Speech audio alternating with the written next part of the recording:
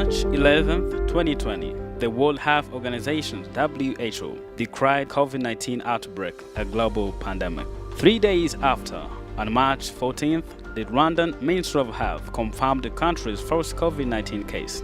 The government of Rwanda demonstrated high-level leadership and swift action to tackle the risks associated with the pandemic, and schools were among the initial activities that were halted. Day scholars immediately remained at home, and boarding school students were facilitated to return back to their respective homes. The government of Rwanda was the first sub-Saharan African country to declare a countrywide lockdown as a part of the effort to combat COVID-19. As a result, more than 3.5 million students were out of school due to this lockdown.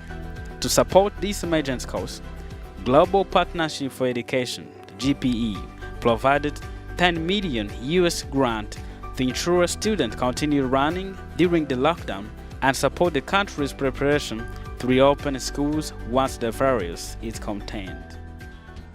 The first thing was to make sure that the schools administrators and the students have all the required information.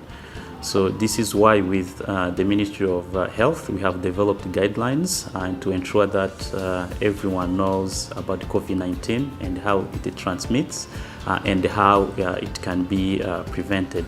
When schools were closed, we had to make sure that learning did not stop.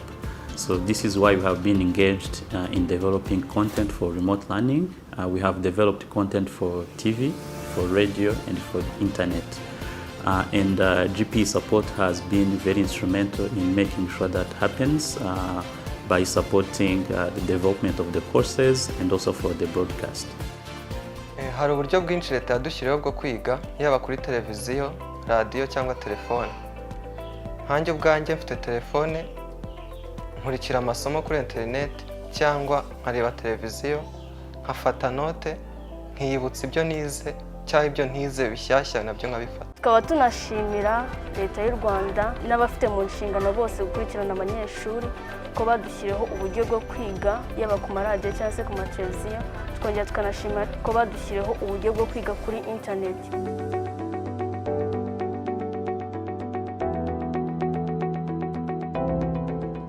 GPE support the COVID-19 response component had two subcomponents. The first one was optimizing and implementing remote approaches for continuing learning, well-being and resilience, implemented by Rwanda Basic Education Board. We are supposed to develop 4 CPDs, continuous professional development courses, and we are supposed also to train around 3,000 teachers from secondary schools and primary schools. We used to take a CPD program, which is Continuous Professional Development Hour. We used to do it on Wednesday. We sit with all teachers and we learned how do we conduct individual education plan. We learn also sign language and also notion on the braille.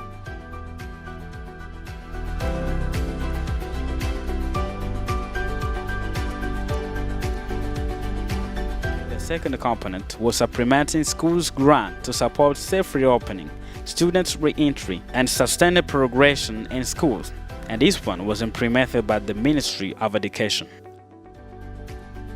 This project provided some funds that were used for school feeding, especially for kids from the poor households.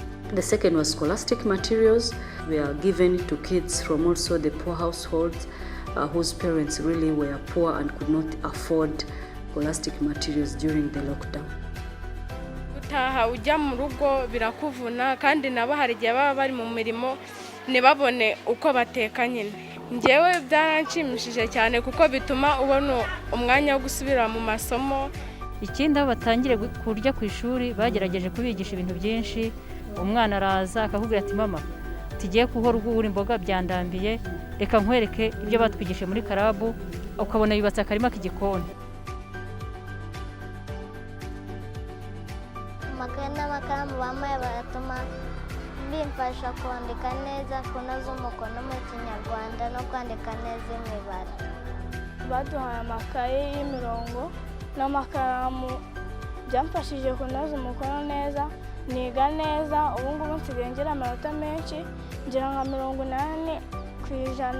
Twabashe kuba turi aho ngaho tubona abana baraje bishimye bafite amakayi burya umwana avuga ati nahawe amakayi agatungurwa no kuba wenda uri se wabuze n'ubushobozi bwo kuba utari wari umuhaye wenda ajyana musaziyeho akabona azanye irindi rishyashya wenda yishimye. The third one is hand washing. Of course, the ministry used these funds to construct hand washing facilities so that this could be used as a safeguard means during the pandemic. Though the pandemic has slowed down, these hand washing facilities are still used to support kids at school even today.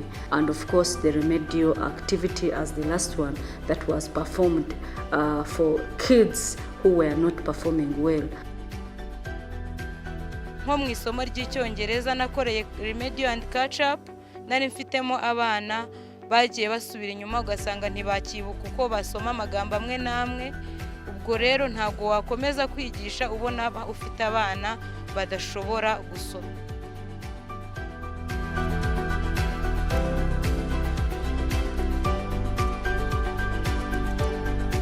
Rwanda joined Global Partnership for Education in 2006.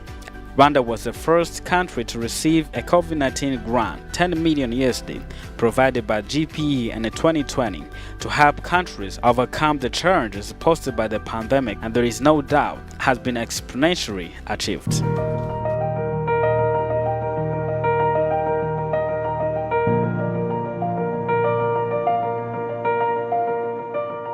Rwanda is the first country to receive a grant under our new strategy. It is because they have worked so hard and worked very quickly to make sure that that process moved along. So we're just so thrilled to be here to congratulate them for that and to be here to learn about what is the work they're doing.